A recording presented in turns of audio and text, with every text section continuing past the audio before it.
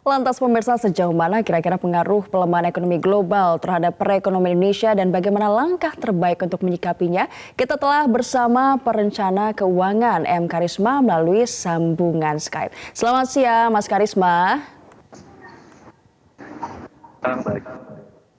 Ya Mas Karisma, kalau misalnya kita berpikir pelemahan ekonomi global ini kayaknya berat banget. Tetapi pasti sedikit banyak ada kaitannya dengan rumah tangga kita, keuangan kita. Apa hal yang paling bisa terlihat dari pengaruh pelemahan ekonomi global terhadap neraca keuangan rumah tangga? Yes, ngomongin perencanaan keuangan dan kaitan dengan krisis, memang kita tidak bisa melepaskan ya kondisinya dan kaitannya dengan keuangan mikro.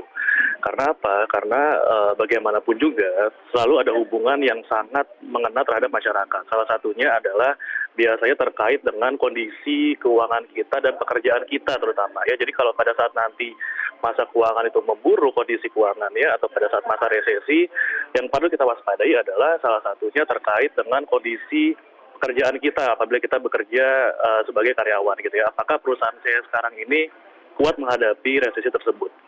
So saya selalu menekankan bahwa cash is king gitu ya, bahwa cash itu yang selalu kita pegang ya. Sekarang ini mungkin kita belum ngeh berapa besar sih kita punya cash berbanding total aset kita.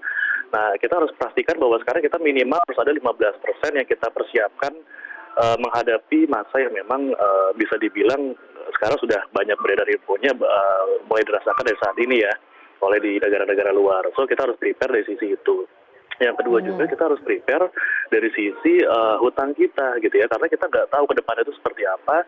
So sekarang kita sangat sebisa mungkin diminimalkan kondisi hutang kita dan nominalnya itu kalau bisa terutama dari hutang-hutang konsumtif ya itu dikurangi dan diminimalkan sedemikian rupa supaya proporsional dengan kondisi penghasilan kita. Karena yang kondisi idealnya adalah hutang cicilan kita itu maksimal adalah 35% dari penghasilan. So sekarang saat yang tepat nih, apabila ternyata sudah melebihi dari kondisi normal gitu ya, mungkin setengah dari gaji kita dipakai untuk bayar cicilan hutang, kita udah mulai bisa prepare dikurang-kurangin sampai dengan masuk ke rasio yang ideal gitu loh. Kalau bisa itu kartu kredit pada diguntingin semua kali ya Mas ya, biar hutang tidak membengkak gitu kan.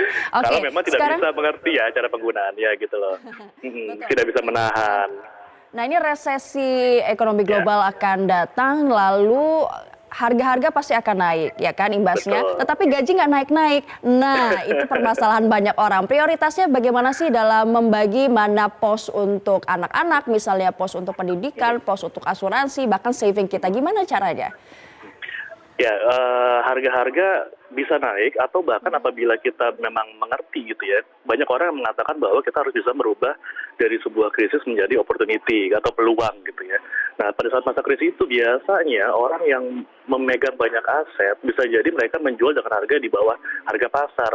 Dan itu peluang kita apabila kita memiliki cash yang tadi saya bilang, kita bisa membeli dengan harga yang relatif murah. Termasuk nanti apabila sudah masuk ke kondisi bursa kita gitu ya. Kita punya saham yang sekarang kondisinya masih kurang lebih cukup tinggi gitu ya. Nanti bisa jadi itu terdiskon bisa sampai 50% apabila kita belajar dari kondisi historis sebelumnya. Dan itu biasanya tidak berlangsung lama gitu ya. Setahun 2 tahun mereka sudah rebound lagi dan bahkan bisa lebih dari harga yang awal. Nah, balik lagi kepada kondisi keuangan pribadi kita untuk alokasi. Saya baru bahas di sosial media saya beberapa waktu lalu bahwa dalam hal apapun, baik itu investasi, baik itu menghadapi berita krisis gitu ya, kita jangan mengikuti atau terbawa oleh tren gitu ya.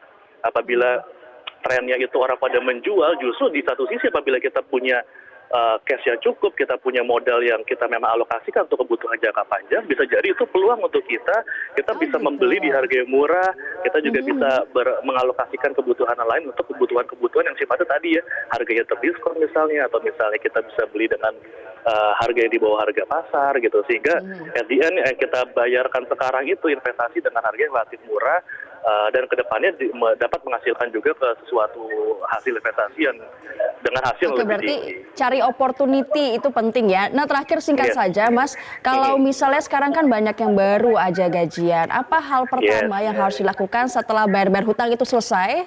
Apa yang harus dilakukan agar kita bisa bijaklah dalam mengatur keuangan? Ya, yang pertama kita jangan ikuti oleh arus yang ada gitu ya, karena bagaimanapun juga kita harus belajar dari beberapa pengalaman kita mungkin 5-10 tahun yang lalu, bahwa krisis itu bahkan ada siklusnya gitu ya, dari siklus 5 tahun, ada siklus 10 tahun, dan itu apabila kita melihat dari kondisi keuangan kita dan kita melihat dari tujuan keuangan kita, maka kita akan bisa lebih memilih-milih. Ternyata toh saya masih menyimpan dana saya atau berinvestasi untuk kebutuhan nanti anak saya masuk kuliah, atau nanti kebutuhannya untuk saya nanti misalnya persiapan pensiun. So segala macam gejolak jangka pendek kita menjadi tidak panik kalau sudah seperti itu, Mbak Ajeng, dan kita jadi lebih wise dan lebih mengerti bahwa ternyata krisis itu memang normal adanya, dan tapi kita tetap harus waspada dalam hal tadi ya, kita mengurangi dari sisi utang kita yang konsumtif terutama, dan juga kita berpersiapan kondisi pekerjaan kita apabila kita bekerja kantoran gitu ya, karena itu pasti berdampak juga apabila kita bekerja.